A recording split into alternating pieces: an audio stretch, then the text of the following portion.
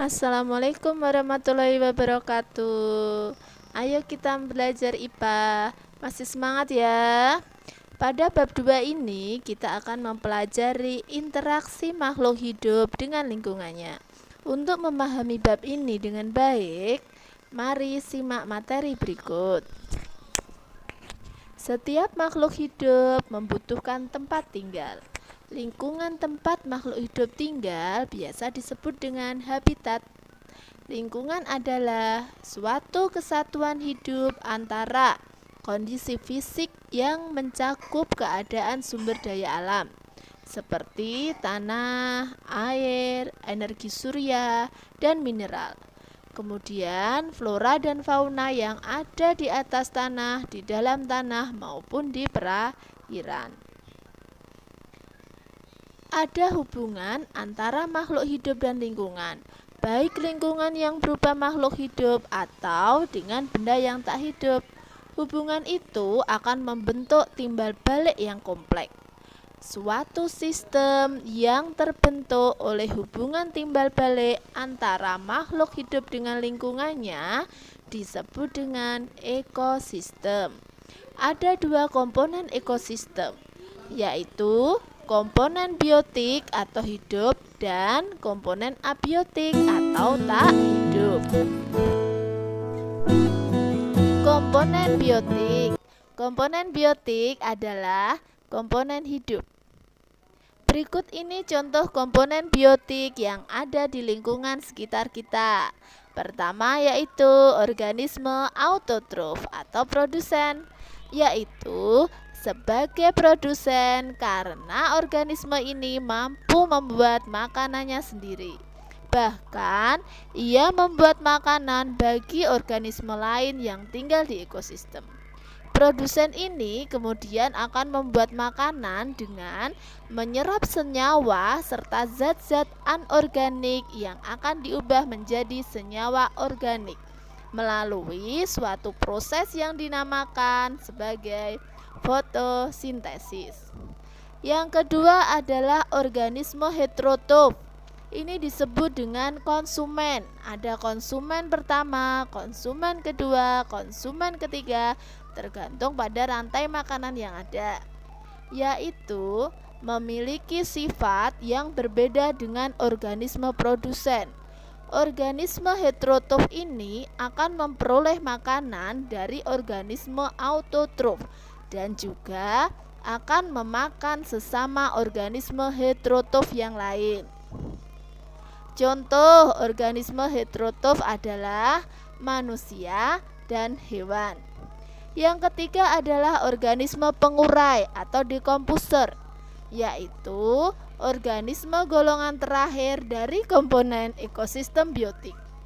Organisme pengurai atau dekomposer ini adalah organisme yang mengurai sisa-sisa makhluk hidup yang telah mati.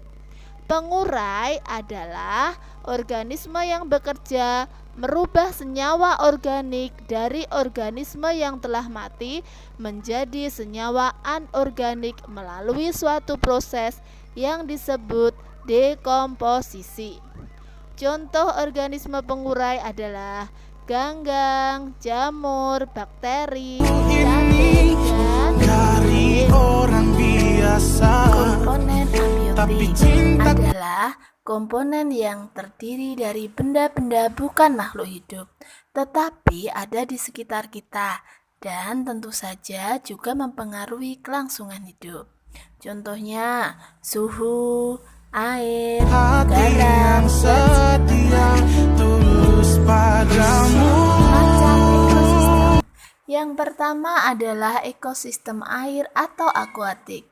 Ekosistem air merupakan ekosistem yang komponen terbesarnya terdiri dari air, seperti ekosistem air tawar, air laut, estuari, pantai, sungai, terumbu karang, laut dalam, dan ekosistem lamun atau tumbuhan berbunga di lingkungan laut.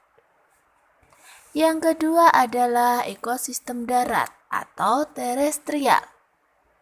Ada beberapa contoh ekosistem darat, yaitu ekosistem tundra, ekosistem karst atau batu gamping, hutan gugur, taiga, sabana, padang rumput, dan ekosistem gurun pasir. Ekosistem yang ketiga adalah ekosistem buatan, yaitu ekosistem yang diciptakan manusia untuk memenuhi kebutuhannya.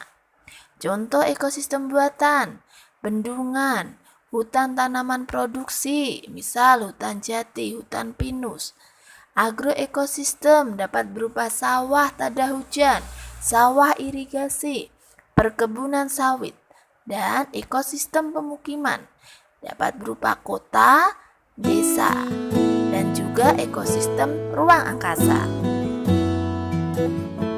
Hubungan antar makhluk hidup. Simbiosis adalah sebuah hubungan atau interaksi antara dua organisme yang berbeda. Ada 3 jenis kategori simbiosis.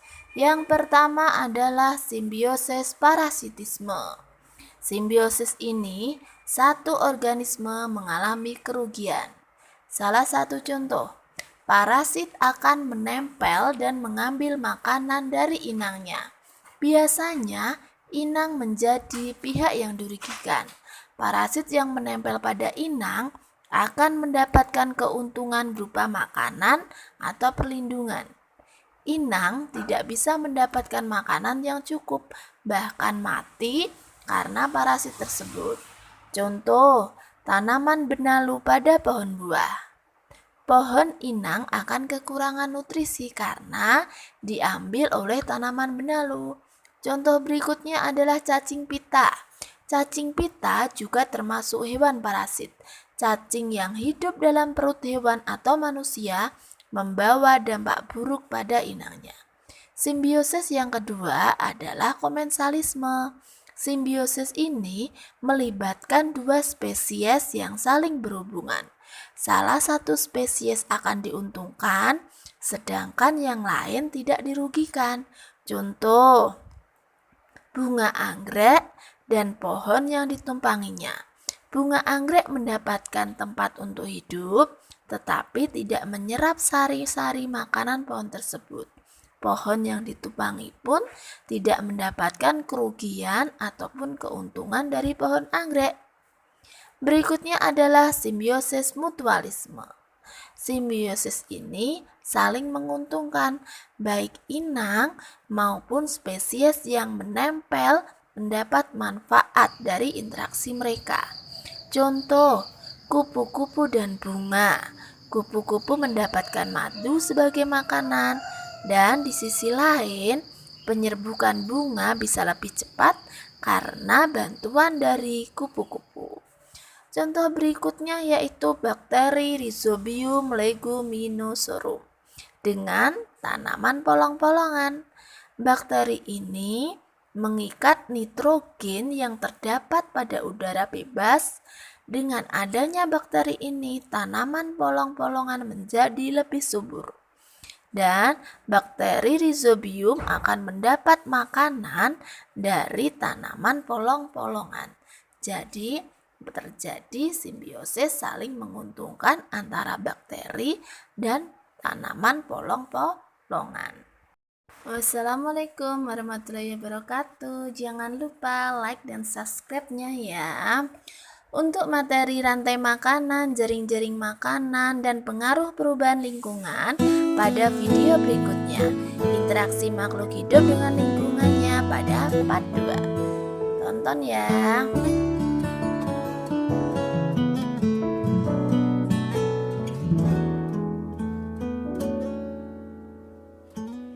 Waktu pertama kali kulihat diri